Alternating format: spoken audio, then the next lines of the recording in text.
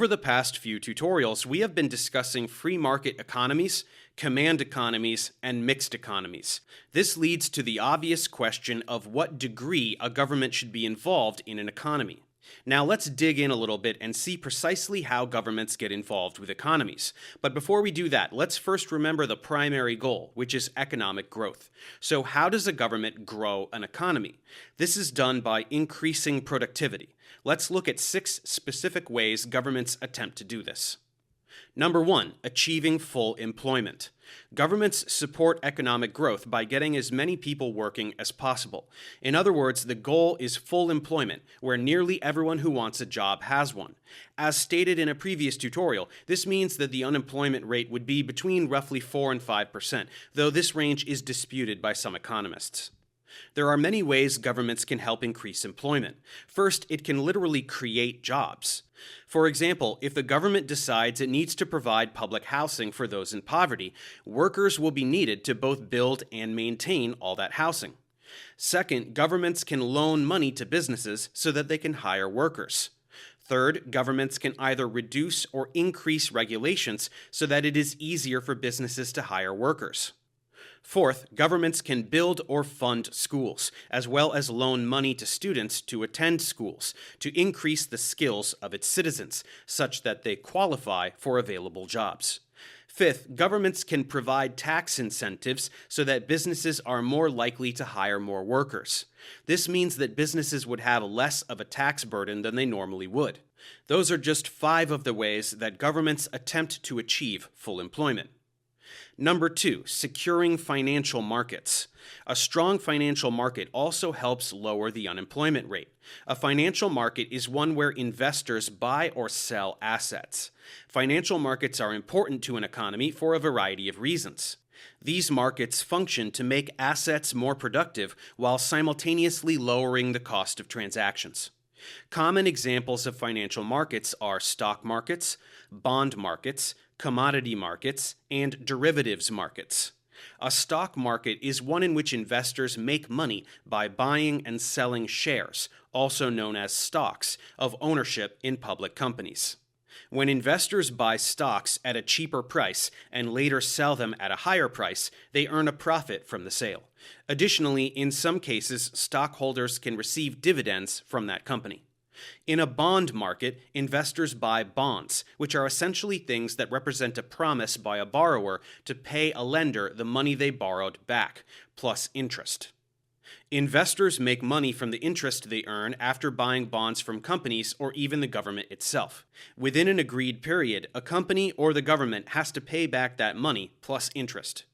A commodity market is where both investors and traders buy and sell commodities, or basic goods that can be easily interchanged with different types of goods. Often these are natural resources. And finally, a derivatives market is perhaps the most difficult to understand.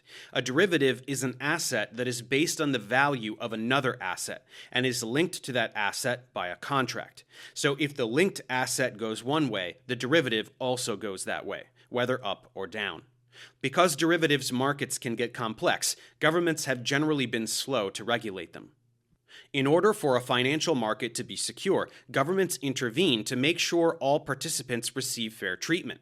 This means that one individual or company can't have access to certain assets unless all individuals or companies can.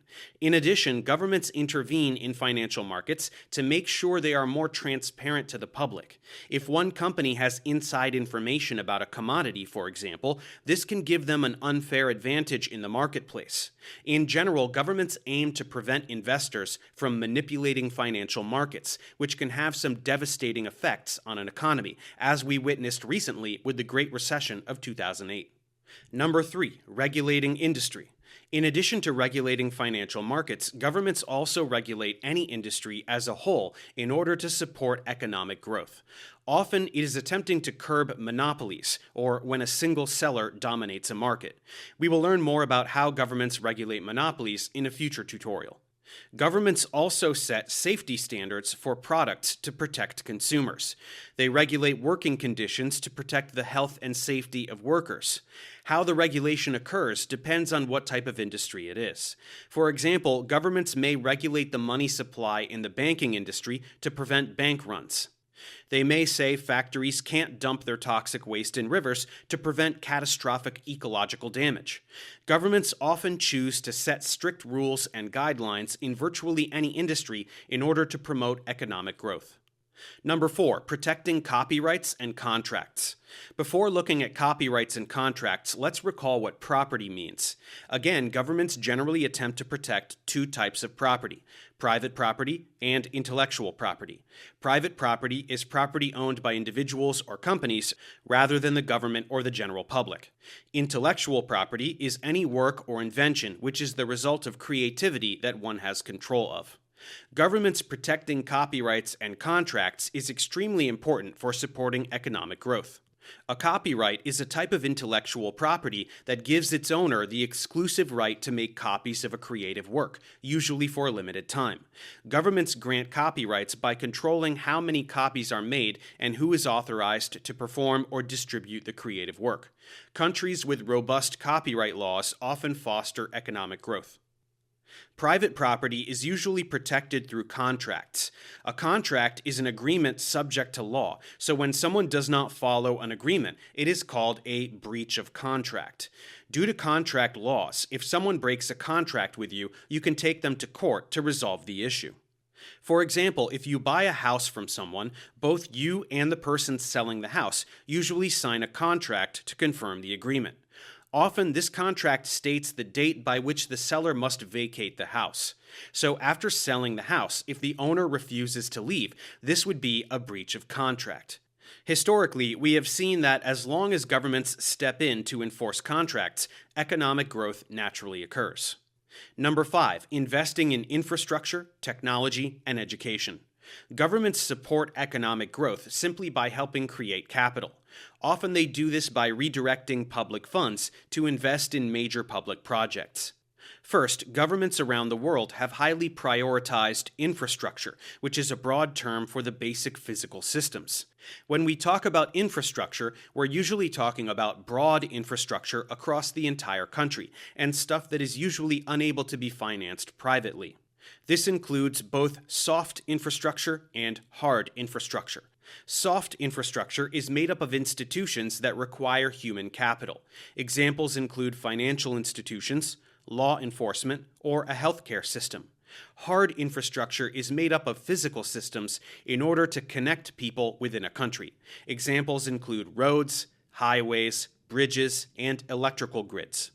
Governments also publicly finance major technology projects when they feel such action would fuel economic growth.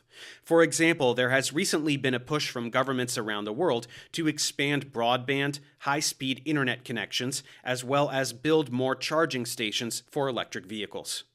Finally, governments often invest in education to support economic growth.